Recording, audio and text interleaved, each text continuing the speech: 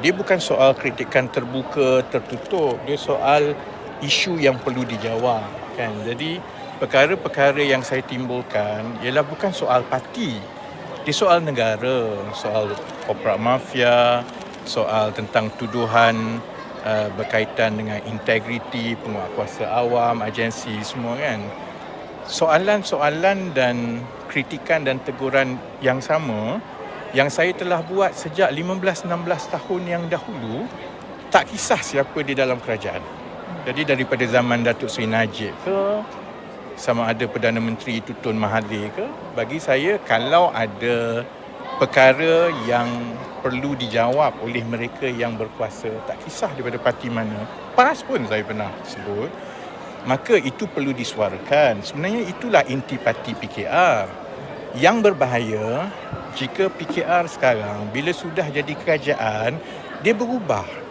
Jadi dia tak boleh, kalau dahulu isu yang bersabit dengan kepentingan rakyat apabila disuarakan dan memberi laba kepada PKR kata itu budaya yang baik.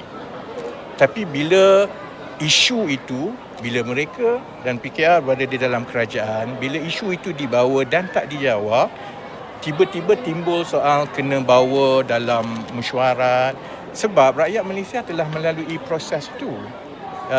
Semasa PKR, saya membawa isu 1MDB ke, isu rasuah ke, itulah juga jawapannya daripada UMNO, dan bila PAS pun itulah jawapannya, kan. Jadi ini adalah pertembungan di antara kehendak rakyat dan juga bagaimana parti-parti politik yang ada kuasa itu menangani perkara-perkara yang dibawa.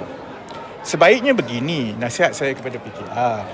Setiap perkara yang ditimbulkan, kalau boleh dijawab secara berkesan, maka perkara itu akan mati. Dan itu akan menunjukkan kebolehan kerajaan atau parti yang menjadi tulang belakang kerajaan itu menangani perkara-perkara yang bersabit kepentingan rakyat.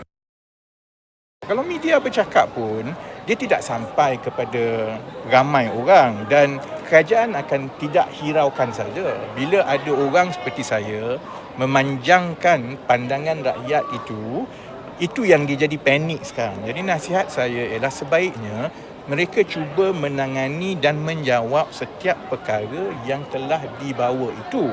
Bukannya cuba membunuh karakter.